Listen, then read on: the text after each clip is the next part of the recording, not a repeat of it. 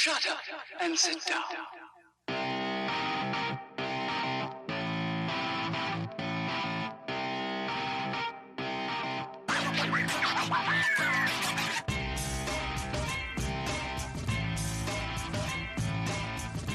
Welcome to the Bricks King podcast, where I'm going to bend your ear about Lego, review those amazing bricks of plastic, and discuss what is new and up and coming around the Lego world.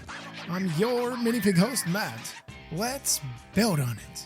Welcome in, everybody. How are we doing today? Hopefully you're doing quite well. I'm doing quite fine myself today, and today we are talking about something Harry Potter, believe it or not.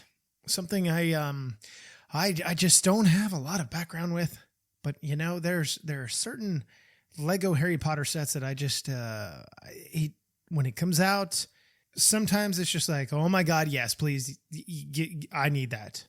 Well, the set we're talking about today happens to be an interesting one. It is the talking sorting hat from Harry Potter. If you know about the sorting hat, well, if you're a Harry Potter fan, you already know about the sorting hat. Without a doubt, you're already there. You already know what it means. You just have a really good idea of how everything works with it. So that's what we're talking about today. The sorting hat, its set number is 76429. It has 561 pieces, which honestly kind of almost feel like it has more than what it does. It's just different based on, I guess, everybody's opinion on how you put things together and all of those goodies. However, it retails for a cool $100 here in the United States and €100 as well. This thing came out, believe it or not, just about a month ago. Wicked fun set to build. And then it also has some weird, talking features to it, which, people apparently love, which I don't quite get, but, we everybody loves it, I guess. So the cool thing about this, well, you just have this giant brown hat. If you don't know anything about Harry Potter in the sorting hat has a face on it. It talks. It, puts you into a certain, I believe it's a certain club, if you will. And that's essentially it. So you have a hat here, and then you have a base. You have a stand to put it on. Now we're going to talk about the stand because they are two different pieces. However, the stand is very, very, very, very boring in the sense that it really doesn't do anything other than hold up the hat. The cool thing about it is you have 2x2 tiles that have the printing of the different houses that are on the tiles. I don't know what they all are. It's been a moment since I've seen a Harry Potter movie. It's definitely not my sci-fi kind of world that I'm hardcore into. However, cool idea, and I really like the way that is done. They are on, I guess, what do we want to call these? I don't know. They're on little angled pieces here that can move, these weird kind of brackets. I never can remember what they're called, but I know I used them like crazy as a kid because they've been around that long. Anyway, so they're on the top of this. It is open.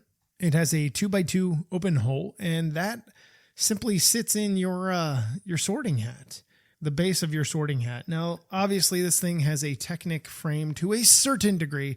I shouldn't even say that so much, but it definitely does have a Technic frame to it because you do have some movement that is corresponding with it, I guess maybe we could say. But I like the way that is done. So let's talk about the hat, what it has to offer. So you can sit this thing by itself. You do not have to use the base because it does have some 2x2 round, what is that, convex? Is it convex? Plates that attach to it. So you can actually put this thing around and actually slide it around without having any kind of problems whatsoever, which is always a good thing. Any kind of little itty bitty kind of thing that we can have that detail-wise that allows you to do something maybe just a little bit different. Obviously, you're not going to take this thing and slide it all around, but a kid might. And it's nice to have that because you do have a bunch of plates that are on the bottom, so you don't want those catching, ripping off, snagging, coming loose in any kind of way. Now, one of the interesting things that I found with this set was the build on the inside. You do some weird building techniques that are on the inside where you kind of like, why are we doing this? This doesn't make any sense. And then you realize after you start putting on the shell, the skin of this thing, you're like, oh, okay, this makes sense. So this thing does have a movement function, and I want to explain it first. So the tip of the hat, the very top of the hat here. So this is where your Technic function is coming into play. So when you pull the hat down towards the front, towards the eyes, it makes the eyebrows go up and it makes the mouth, the lower lip, open as if he was talking, as if he was doing something weird and crazy. And I don't even know. I don't even know what you would consider that as.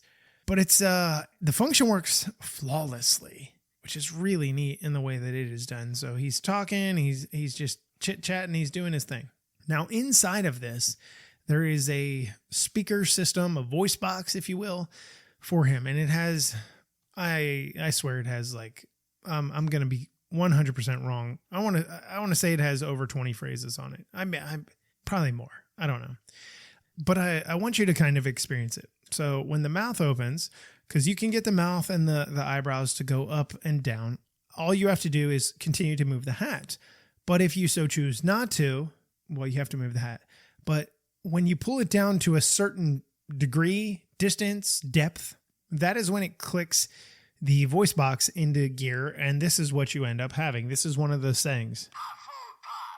Okay, that was kind of weak. And we just did the same. Yes, clearly you belong in Hufflepuff. Okay, I'm not Hufflepuff. Yes, clearly you belong in Hufflepuff. No, I don't. I'm Slytherin. What a jerk. Not cool, man. Anyway, so the idea behind getting the mouth and the eyes to move is a really cool one in the way that it is done. You can actually get fingers into his mouth if you want to be a creep show. But yeah, it's an interesting little idea that we have here. And you can actually... Ah, yes, finally, yes. We finally nail where I'm supposed to be. Yeah, see, I'm bad. But on the very bottom of this, on the very base, on the underside of it, you have the movement function here, and you can actually press on it to get it to go, for him to talk or just get the stuff to move. It's the same function as if you were to pull the hat down. Correct. Absolutely correct. So you can do that as well. The interesting thing is when it's sitting on the stand, that function is in the interior of the base, the little stand that you have. So obviously it's not going to engage whatsoever. Now, if you were to just put it on the floor, on your table, on the ground, you can also not engage that because of those 2x2 rounds that we had talked about that is under the bottom of it. So this thing has a few stickers on it. It has a few stickers on the sides that have some kind of stitching, almost like a scarecrow, kind of hat idea that's going on there. But we also have some printed tiles here. These roundish tiles. They're what are they? 1 by 1 by 1. I don't know what you want to call that. Where they have a certain angle to them. It takes up 3 Lego studs. How about that? And, they've got the stitching as well. It's just a nice little texture idea that is there. I'm a fan of that. I'm a fan of the way that it looks. I think that's kind of cool in the way it is done. It, again, printed stuff is super, super, super relative. So aside from that, you have a bunch of different darker brown colors here, just endless brown because it is the hat. On the sides, they actually use some rock pieces here, the smallish rock type pieces that we have going on, which is nice as well. On the back of this thing, there's a trap door. No, it's not a trap door, but it's a door that opens up to the rear of the hat to give you access to the inside. When you open this door, you have access to be able to see some of the Technic workings and also the voice box itself, which is engaged by Technic pieces. So it's really neat. You can kind of see, like I had mentioned, when you pull down on the hat, you get his eyes or eyebrows to move and his mouth to move. And all of that all that simply does is it moves this voice box section up and down. There's a lock Technic axle that goes across just above that, and you're just simply engaging a little 1x1 round tile that has like that little tube, that little nipple on it. So when you press down hard enough, it engages that play button so that you have that opportunity to be able to get your voice recording. So it sounds like this. I'm going to press and then... You belong in Ravenclaw. No! I don't think so. Clearly he's wrong. Anyway, so that is a neat idea. I love the way that it is accomplished and that you can actually get to see it. It's a fun little thing. So you close that door up. You have some little tassels that are hanging out of the back of the hat as well here, just behind the door. So yeah, nothing wild, crazy, and special. I gotta say though, the face of this thing is really well done. There was a point in time where I went through and I was building this and I thought, okay, I really don't see where this is going to be a thing. I don't really see how this is going to work that well. And then you start adding on some texture and decor, whatever you want to call it, detail, all of these little things. And slowly you're like, oh, it doesn't look like a saucer. It looks like a hat. Oh, it's more than that. He's got a face. Oh, now I see how this moves. Some really cool techniques and really nice ideas that were done with this to be able to complete it. So then we also have a minifig that comes with this. We get a baby Harry Potter with his short, tiny legs. He's got his black coat. He has black legs as well. But on one side of his face, he has his eyes closed with his glasses on. And then the other side, his eyes are open. And then he has the big, giant brown hat that is on. I can never get this thing to stick on. There we go. So he's got the sorting hat on here, which is nice because you have an actual custom mold here for the hat. You get to see the eyes, you get to see the angry kind of eyebrows and the mouth with the hat. So that is cool. It doesn't come with a stand though. I would have loved to see the Harry Potter fig come with a stand. And some of you are probably saying, well, you have a stand for the hat, just put him on the hat. Obviously that's where I'm going to put him. But it would have been neat to have some kind of little brick built stand. I don't know, nothing huge. Give me a 4x6 or something like that, and do it that way. A 4x8, one of those plates that has the studs around the outside, but not in the center. Like, give me something like that and put a sticker in there. It doesn't even have to be a print. Just give me a sticker. I think that would have been kind of neat, or some kind of pedestal or something. That would have been kind of fun. Can't hate on the fact you do get a minifig with it. So that is a plus.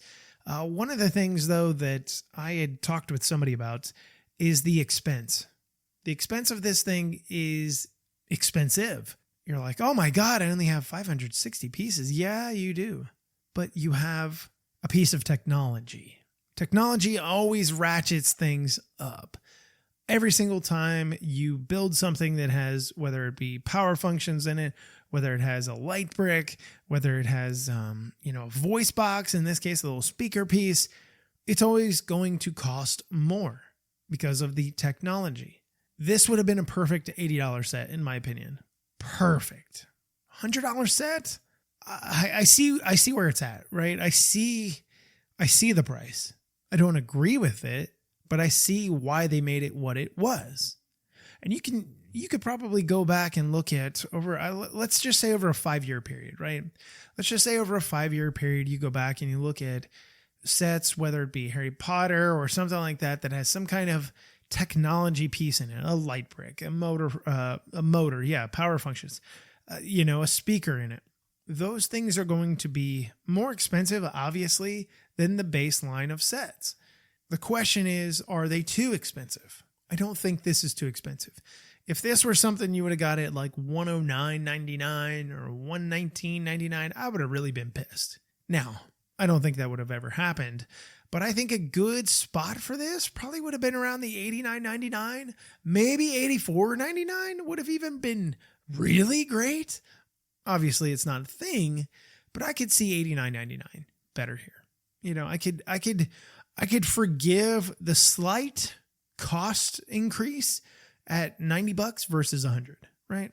However, you're going to buy it, if you want it or not, you're going to buy it. If you want this thing, you're going to buy it at some point in time.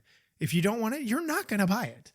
And the interesting thing about cost and price per part, price per piece, whatever you want to say, is that, for instance, myself, okay, if they were to bring back the Rescue theme from 98 when I was in 8th grade, I would have 9th grade, I guess, maybe somewhere around there. I would have 100%, if they were to bring that back and say the helicopter that you love, which we're going to talk about on the next episode, the helicopter that you love so dearly, so much, we're going to bring back and we're going to slightly modernize it. We're going to, maybe put in a motor for the winch or something like that. I'm throwing my money at you. I don't care what the cost is. If it comes back at $250, obviously within reason, but if it comes back at $250, I'm throwing my money at it because I have a heavy nostalgia for it. Just like somebody may, growing up as a Harry Potter fan, watching the Harry Potter films, reading the Harry Potter books, the Sorting Hat, they have some kind of weird connection. None of that can be disregarded when it comes to purchasing any kind of product, but especially Lego, you have this opportunity here. Like, I've wanted a Sorting Hat. I need a Sorting Hat. I love the Sorting Hat. I watched it when I was a kid. I read the books. You're going to throw your money at it. It really doesn't matter what the cost is. If this thing were $120 and you were a giant fan of Harry Potter and the Sorting Hat, you saw this and you fell in love with it and it has some nostalgic value, you're going to throw your money at it. So while I'm saying, there are going to be people that are be like, oh, that's nothing. Fine, I'll buy it. $120, I'll buy it. There are also going to be that faction of folks that are like, I don't think so. I'll wait till it goes on sale, or maybe Christmas, the holiday season, something like that, and catch a deal on it or something like that, 10%, 20%, and, make some money back off of it. It's just a weird game. It really is. And I hate getting into it, and I apologize. But it's a thing that people do. They look at it and they're like, yeah, that shouldn't be that much. Well, there are reasons. Sometimes there are reasons that are not legitimate. This, with the technology, I think you really have to kind of be like, oh, okay, I see you.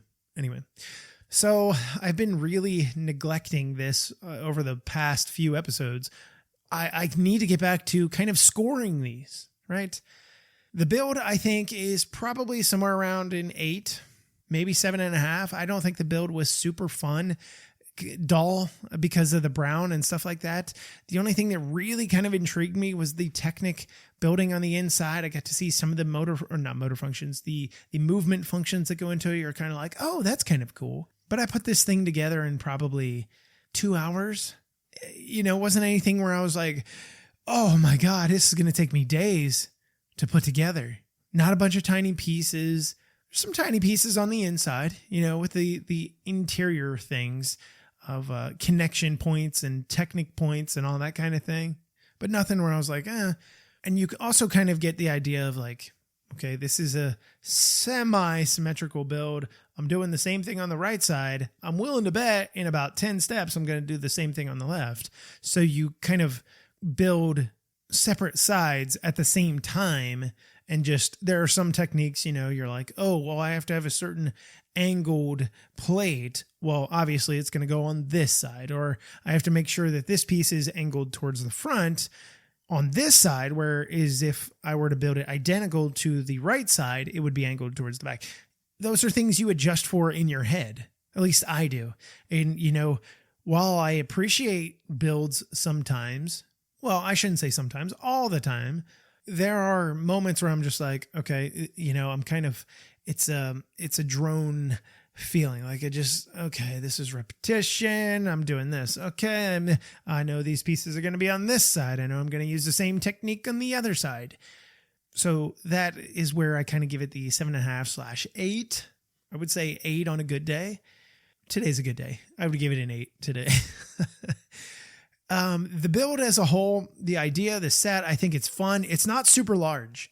Honestly, not looking at the part count prior to building it, I was expecting this thing to be bigger. And when I got to a point where you build the base, I was like, oh, okay, it's not too small, but then you realize how much from the edge to the interior center of the hat, and you're like, okay, this is much smaller than I thought. Still a cool piece, still a great display piece for any Harry Potter fan. I will 100% go to my grave with that. It's I would give it an 8.5. How about this?